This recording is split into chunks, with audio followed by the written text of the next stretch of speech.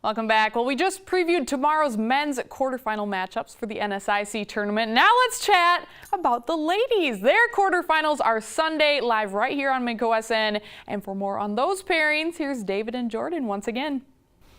All right, thanks, Kelly. The water cooler talk this time about the NSIC women's tournament. Again, we're going to have every game from the Pentagon right here on Midco Sports Network, Saturday, Sunday, Monday, Tuesday. So be sure to tune in and check that out. But on the women's side, you look at Augustana. They spent most of the season with either 0 losses or 1 loss, and then they lost 2 of 3 to end the regular season. Obviously, they won their first round game against Bemidji State with no issues, but did those late regular season losses, are they out of character? Does Augie look a little vulnerable, or are they just one of those things that sometimes you lose? I think they can be great wake-up calls. Again, you talked about it. They had such a phenomenal season all year long that sometimes you can kind of coast. You know, you can start feeling yourself a little bit, playing a little bit too confidently.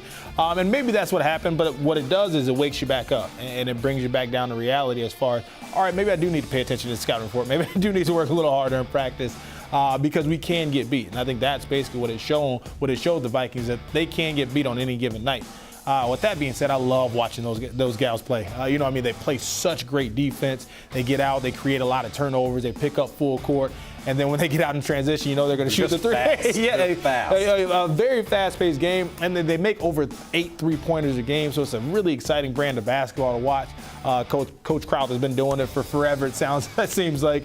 And so I would imagine they're going to come out with a renewed sense of focus, obviously, during tournament time. And again, as long as they can get out in transition, which is all ignited by defense, obviously one of the best defenders in Logan O'Farrell in the country, not only the conference. As long as they can come out, create some turnovers, get in transition, I don't think they'll have a lot of issues, as it pertains to putting points on the board. But again, can they get stops consistently for all 4 quarters? And that's what we'll see kind of toward tournament time. Logan O'Farrell, maybe one of the best defensive players of all time, just was named the NSIC Defensive Player of the Year for the 3rd year in a row. If that doesn't say anything, I don't really know what does. But Logan O'Farrell, obviously great on defense. And again, those 2 losses to the end of the regular season, one of them was an overtime to the University of Sioux Falls, and then one of them a last-second loss to Winona State. So it's not like they were getting blown out. So I think you're right. I think maybe that it can serve as a wake-up call a little bit. I'm not exactly concerned about Augustana, just more of a pondering type of thing. Absolutely. And when you look at some of those games, they were playing out of character a little bit. One game they were only able to force 15 turnovers when they normally force 20 turnovers. Another game they had 59 points when they typically score in the 80s. You know what I mean? And so it was just some things that were kind of out of character for the Vikings in general. But again, those can serve as a wake-up call because now the coaches have the players' attention because they understand. Obviously, they're going to get into the regional tournament. That's not a question. But then when you get into that regional tournament, it's one and done. And so if you're not coming out playing hard every single second that you're on the court, you can get beat on a given night. And so that's what the wake-up call is like, hey, guys, you got to come out. You got to execute our game plan. Otherwise, we're going to be going home a lot earlier than we want to. Absolutely. Well, Augustana, obviously the favorite in the South Division. When it comes to the North Division, you have 2 big dogs, Northern State, MSU Moorhead. MSU Moorhead, they had won 16 games in a row. Then they lost their regular season finale to Duluth. That actually dropped them to the 2 seed in the North Division. Northern State leapfrogged them for the 1 seed. Again, both these teams have combined less than 10 losses on the season. So of those 2, Northern State, MSU Moorhead, which do you think is more likely to win it all? For sure, and I think you can flip a coin and you're not going to have a bad choice there. But for my money, I would definitely bet on Northern State. The reason being, we always say defense and rebounding wins championships, especially come tournament time. Well, Northern State only allows 60 points a game, which is number 1 in the conference. And they have a plus 13 rebounding margin. So it's just they play a pace that is very, very tough to duplicate. Exactly, and they take all 30 seconds of the shot clock, and they're going to run a million sets that teams aren't going to be ready for, no matter how much you prepare. So they're just a very, very tough team to play in a tournament setting because you just don't have as much time to prepare for them. And Coach Frederickson has been doing this again, 40 years, so he knows what he's doing. And again, they're just a tough team to game plan for. And obviously they're led by 2 seniors, in Ristow and Conrad, who are both averaging nearly a triple or a double-double, for both of them. And so when you have that type of inside presence, you have a type of game plan that's tough to get, a type of style that's tough to game plan for. That's a recipe for success, especially during tournament time. Yeah, I think I agree with you. Again, this is no knock against MSU Moorhead. Right. I think Not at all. Northern State's just a little more tournament prepared. Yep. They won it all last year. They've won 2 of the last 3. So I think Northern State, I would have to agree with you. I think they're more likely than MSU Moorhead to win the championship. Okay, moving on to the Winona State-Minot State first round game. Again, the new rule this year, just because you're the higher seed does not mean you host that first round game. Winona State, the 4 seed in the South, had a worse conference record than Minot seed, the 5 seed in the North. So Winona had to take that long trip all the way up to Minot.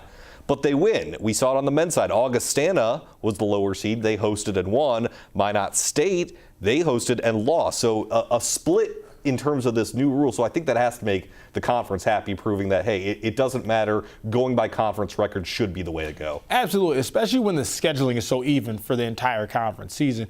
It really rewards teams for having consistency over the entire conference season because obviously throughout the years you're going to have the South or the North, one division being better than the other. And so this way you have to play hard every single night, and it rewards teams for having great weekends over a consistent stretch. Absolutely. And so like you said, obviously the travel, especially when you talk about from Winona. This was the most extreme amount of travel. Exactly, and Winona was still able to come out on top. And so I think what it shows is that usually 9 times out of 10 the better team is going to win the game. But that home court advantage is a big thing, and it can be a big advantage, obviously, as Augustana on the men's side showed.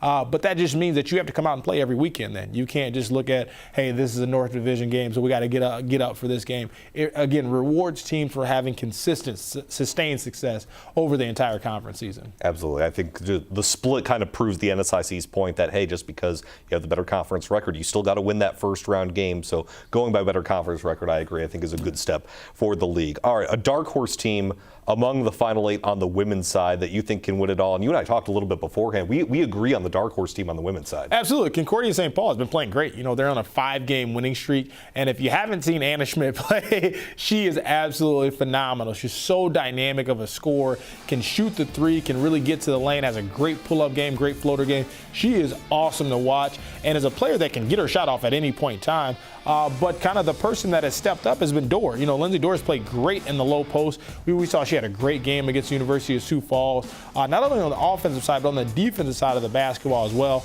You know, they pick up a win in the first round that they maybe weren't expected to win. They seem like they're playing with a lot of confidence. And again, when you have, we talked about tournament time, great players shine brightest. And when you have a player like Anna Schmidt, she is going to be tough to contain for 40 minutes. Obviously, Anna Schmidt led the conference in scoring in the regular season. And as you mentioned, we did the game Concordia versus Sioux Falls last week. And Lindsay Dorr, just a revelation in the post. We talked with Amanda Johnson, the head coach of CSP, earlier in the week. They lost Kira Fredenberg to a torn ACL in the 3rd game of the season. Kira Fredenberg led the conference in rebounding last year. That's a big loss in that post presence. So when Lindsay Dorr has stepped up over the past 3 weeks, I think you and I kind of agreed they have a post presence, and obviously they have someone who can create her own shot in Schmidt. When you have 2 different levels of offense, I think that eases everything. Yeah, absolutely. And like you talked about with Dorr, she wasn't expected to produce as much as she has had to this entire season. But obviously when a player gets hurt, it's kind of next man up mentality. And I think as the season has progressed, she's gained more confidence, became more comfortable out there on the court, and kind of understands her strengths a little bit more too. And so when a player like that is playing at her best right now, and you combine it with the best scorer in the conference already, now you have a dynamic duo that can really push you over the top. And that's why we say the Golden Bears have a great opportunity to come in and really do some damage and kind of create some havoc in this tournament. Absolutely. Should be fun. Again, every single game from the Pentagon, men's side and women's side, Saturday, Sunday, Monday, Tuesday. All 14 games are right here on Midco Sports Network. It's going to be a fun weekend out at the Pentagon. Thanks for joining Water Cooler Talk. It's a blast, man. This is a great, best time of the year for me. It's March. It's tournament time. It's what you look forward to. Absolutely. That's it for Water Cooler Talk. Kelly, back to you. All right, great stuff. Thanks, guys. Like David said, all 14 of those quarterfinal matchups will be live right here on Midco SN. The pregame coverage starts at 11:45 a.m. on both Saturday and Sunday, with the first game tipping off at noon. Looking forward to it. Next on the show, Alex Heiner is in Ohio with the UND men's hockey team for their weekend series with Miami, and he'll give us a quick preview of what to expect between the Fighting Hawks and the Red Hawks. This is Midco Sports Tonight.